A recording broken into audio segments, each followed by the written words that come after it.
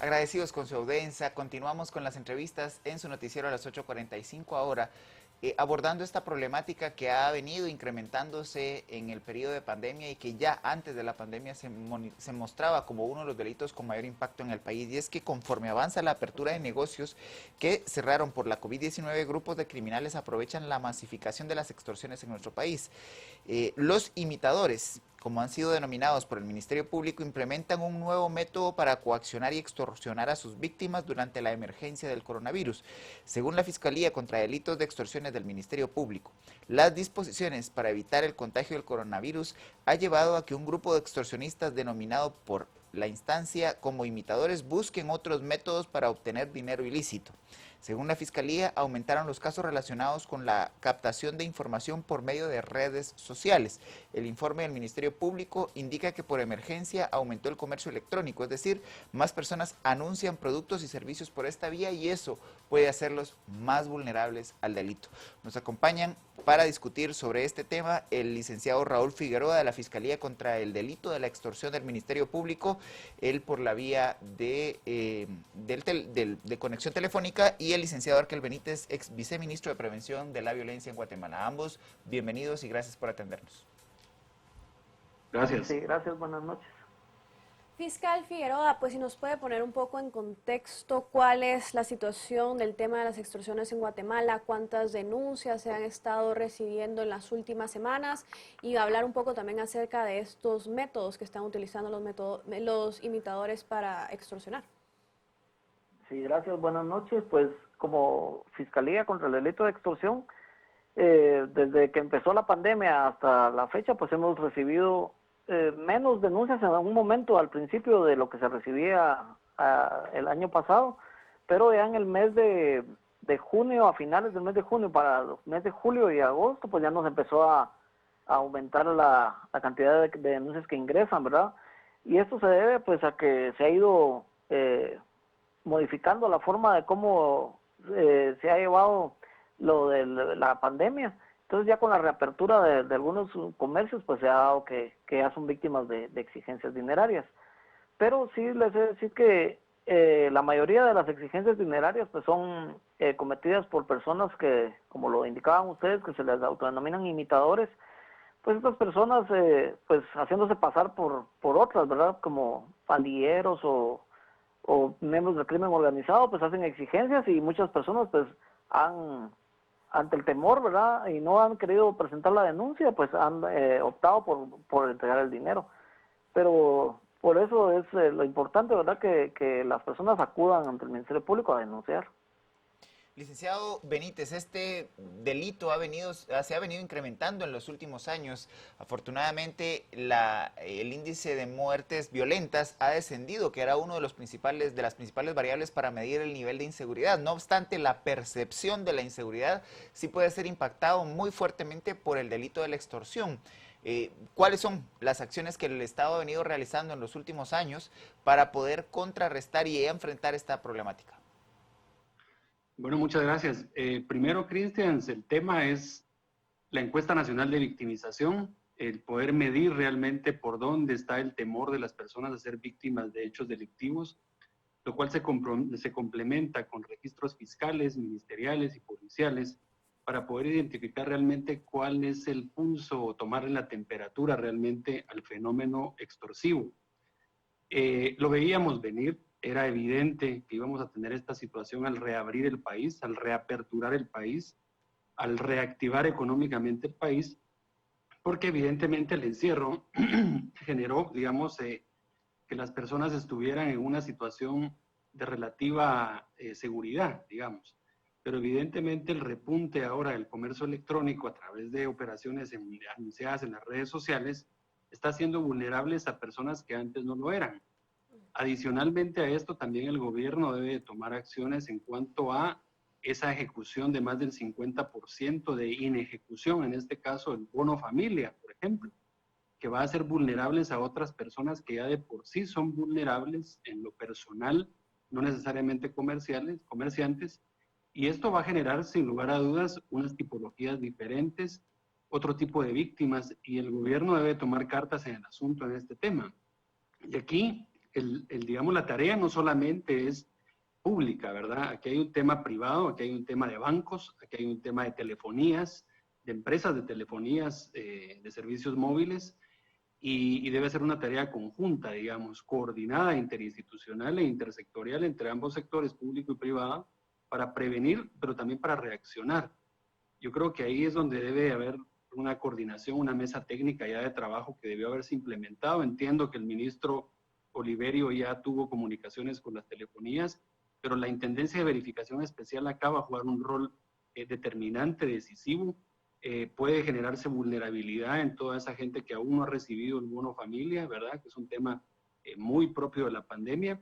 Y Cristians, aquí, ante situaciones inéditas como esta pandemia inédita, pues vamos a tener que tomar acciones fuertes, ¿verdad? Yo no descartaría que en términos de seguridad ciudadana pudiéramos otra vez tener al ejército en las calles en patrullajes combinados de seguridad ciudadana con la policía a efecto de poder robustecer, digamos, todo el tema del patrullaje policial y la seguridad ciudadana, que es tan necesario para que realmente la economía formal e informal pueda tener un reimpulso en el país y poder salir adelante. La gente está necesitada de emplearse, de buscar otros espacios de oportunidad laboral y económica, y deben estar resguardados por la policía.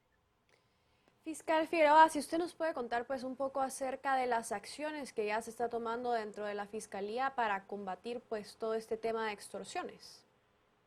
Sí, gracias. Pues nosotros desde lo que empezó la pandemia hemos tenido ya reuniones constantes con Gobernación, Policía Nacional Civil, esperando esto, ¿verdad? Que al momento de la reapertura, ¿qué acciones va a tomar el Ministerio Público y las distintas instituciones?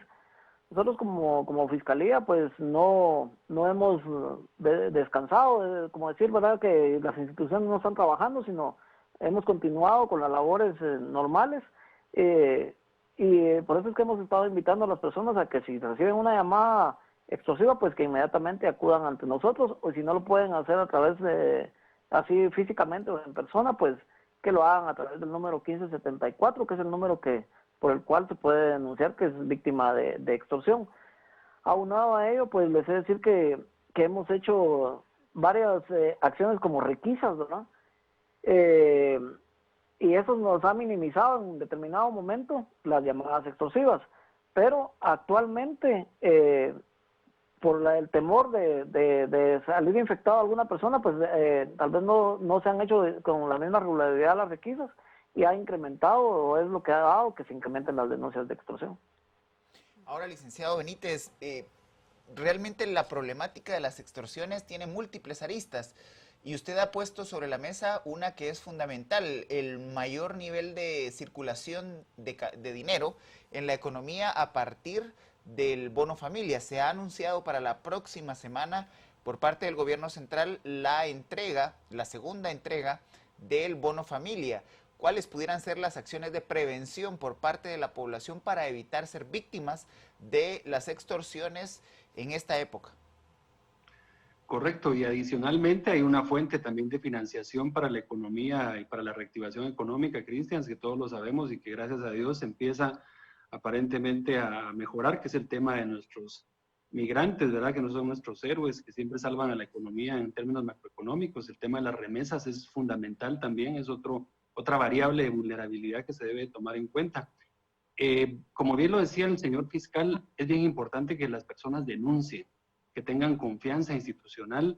El Ministerio de Gobernación, la Policía Nacional Civil y el propio MP han logrado ya tener, digamos, espacios de articulación inmediata para poder responder, pero también acá yo creo que debe haber un sistema un poquito más estratégico desde el punto de vista de las medidas anticipatorias de aquellos órganos que no son represivos. Y aquí el Ministerio de Desarrollo Social, con la Intendencia de Verificación Especial, con la IVE, con los bancos, ya deberían de tener controles cruzados de información para identificar bien a los beneficiarios, poder darles el seguimiento apropiado, tener mucho cuidado, y mucho cuidado tiene que tener el gobierno con que no se filtren los datos de estas personas, digamos, esa publicidad que muchas veces hay y que se exige en términos de transparencia por la cuentadancia de los beneficiarios de los programas, debe ser analizada, ¿verdad?, con mucha, digamos, con mucho sentido común, pensando en los temas de seguridad propiamente de las personas que pueden convertirlas en vulnerables. Entonces yo creo que aquí no solamente es qué es lo que la persona en lo individual como autoprotección puede desplegar, digamos, en términos de su defensa personal, de su propia sobrevivencia, sino que también hay órganos blandos, a los que yo les llamo órganos blandos de gobierno, que a veces no aparecen en la arquitectura de todo ese entramado de reacción y represión desde el punto de vista penal, que tienen unas responsabilidades bien grandes en este tema, ¿verdad? Para precisamente resguardar la seguridad de estas personas que van a ser beneficiarias. Ahora bien, fiscal Figueroa, ¿qué actividad, cuando hablamos de víctimas, por ejemplo, qué actividades comerciales son las más propensas o vulnerables pues, a sufrir extorsiones y en estas últimas semanas, sobre todo?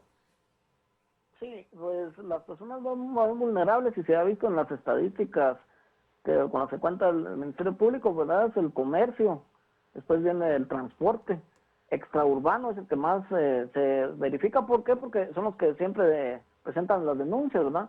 No tanto el transporte urbano, aunque si bien son víctimas, no denuncian igual como los transportistas extraurbanos. Entonces, sobre estas personas es que estamos viendo que son las víctimas propensas.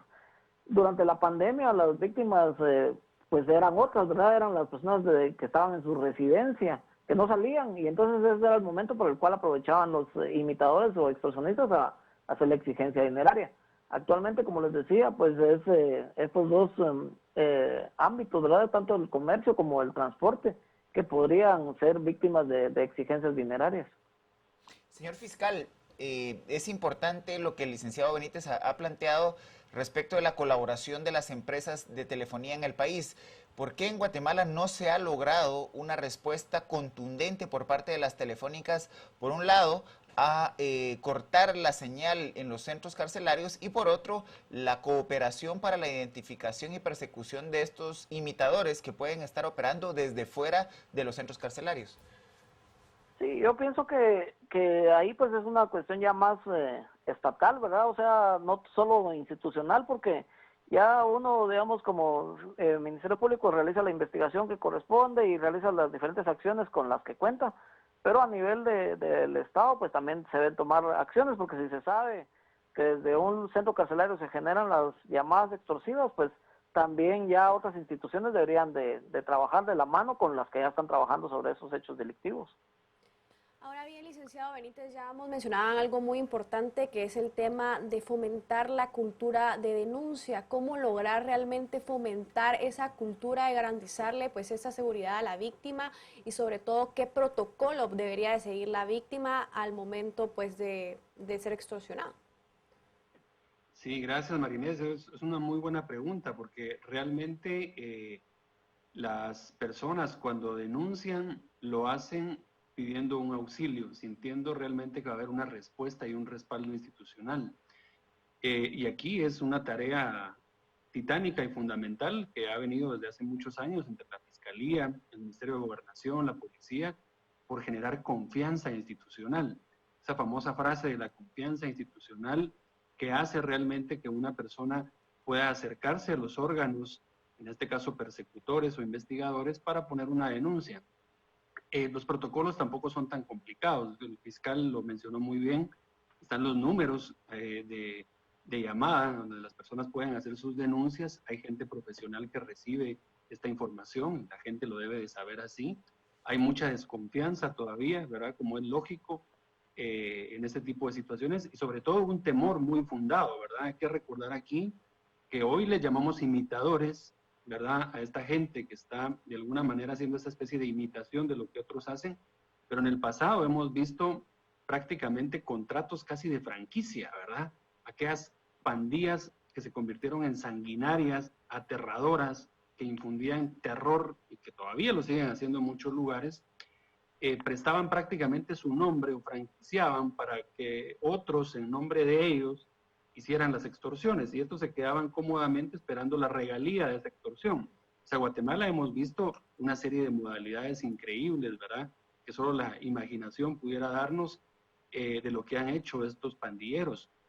Entonces acá es evidente que las personas tienen temor y ese temor, Marinés, solamente se puede contrarrestar con la respuesta oportuna contundente y clara de los órganos encargados de perseguir a los delincuentes y que los tribunales de justicia hagan su parte, porque muchas veces también lo hemos visto, y hoy lamentablemente yo soy crítico y lo he dicho abiertamente, el sistema de justicia de Guatemala llora sangre, es una vergüenza nacional el sistema de justicia, y lo digo pública y abiertamente, y ahí los jueces tienen una responsabilidad mayúscula, porque muchas veces los casos van bastante fundados por la fiscalía, que les toca trabajar muy fuerte con la policía, y a veces la gente se decepciona y se desilusiona de que como parecieran puertas giratorias algunos tribunales, ¿verdad? Entra el delincuente y sale inmediatamente y se va para la calle otra vez. Entonces, todo ese tipo de situaciones hacen una mella, digamos, en las personas, en las víctimas para denunciar. Así que, como bien lo decía el fiscal, este es un tema de envergadura estatal. Aquí hay ya órganos especializados para ponerse de acuerdo. La propia Fiscalía tiene una Secretaría de Política Criminal, hay instancias que coordinan. Hoy existe un Instituto de la Víctima también, que tiene que generar también, digamos, conocimiento y protocolos, mucha difusión de mucha información para poder ilustrar a las personas y que las personas puedan sentir esa confianza institucional. Pero repito, por más campañas que el Estado quiera hacer de los canales y los protocolos y procedimientos, lo que a las personas verdaderamente les inspira y les da confianza es ver que hay una respuesta institucional, que hay una respuesta del Estado para poder resolver esta problemática, que es una problemática compleja, que atenta contra la libertad y el patrimonio de las personas, que son valores supremos y que muchas veces llegan incluso, como lo decía el fiscal, también a invadir la propiedad privada, que es la casa, ¿verdad? La residencia. Entonces acá yo creo que sí va a ser importante esa coordinación interinstitucional para poder dar respuestas contundentes que lleguen realmente a ese sentimiento de las personas, a poder sentir la confianza de denunciar. Señor fiscal, nos acercamos al cierre de esta entrevista y es importante poner a disposición de la audiencia algunos elementos para hacer la diferenciación entre un extorsionista y un imitador, sobre todo atendiendo a elementos de letalidad. Siempre es impactante recibir una llamada y la decisión de denunciar o no va a ir de la mano de la posibilidad de que haya algún grado de letalidad por parte del extorsionista. ¿Cómo hacer esa diferenciación? Bueno, para la víctima pues no es tan fácil, ¿verdad? Recibe una llamada y le va a hacer la exigencia, o sea, no va a saber si es imitador o no. Lo importante, como lo decía el Arkel, ¿verdad? Y lo que venía manifestándoles yo es que es denunciar, porque ahí en la fiscalía sí podemos decirle es imitador o no, pero uno como víctima no puede saber si en el momento el que le está llamando es imitador o no. Nosotros, de acuerdo a los números con los que ya contamos de teléfonos y otras investigaciones que se han realizado, sí les podemos decir a las personas, mire, el que lo está llamando es una persona que está privada de libertad y es una persona que ha llamado a diferentes personas, ¿verdad? Y se ha hecho pasar por 18, y se hizo pasar por MS, pasado se hizo pasar por miembro del crimen organizado. Pero lo importante, como lo decía, es que inmediatamente de recibir una llamada, pues es llamar al número 1574 o bien acudir al Ministerio Público en cualquiera de sus sedes con las que cuenta, o también a la Policía Nacional Civil. Nosotros contamos con varios grupos operativos y podrían acudir a DIPANDA o a DEIC a denunciar también si no cuentan con la confianza de asistir a esas instituciones, pues que acudan al Ministerio Público o llamar, como lo indiqué, al número 1574. Licenciado Benítez, ¿cuáles serían pues sus conclusiones ya en estos últimos segundos que nos quedan, sobre todo considerando pues que estas bandas criminales están integradas por jóvenes también y medidas de prevención, por ejemplo? Sí, yo tocar dos temas muy importantes. Uno ya lo adelantó muy bien el fiscal. En realidad es un equipo profesional que tiene las llamadas de las personas, ¿verdad? Y quienes les asesoran, y entonces ya les tranquilizan, les pueden dar esa serenidad, entre comillas, serenidad, porque no es tan fácil para una persona que está recibiendo una llamada de un imitador o un extorsionista.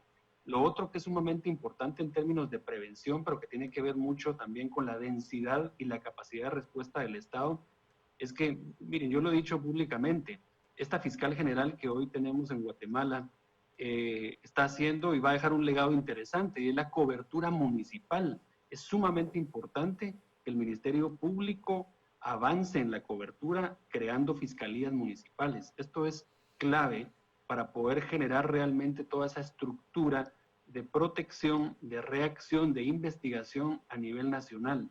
Ese es un tema que hoy se habla en términos institucionales, pero que es una medida de prevención pura y dura. El hecho de que la propia Fiscalía pueda tener esta cobertura municipal es sumamente importante porque va reduciendo espacios de oportunidad. Antes veíamos que el grueso de las extorsiones estaban únicamente concentradas en la capital y en algunas zonas.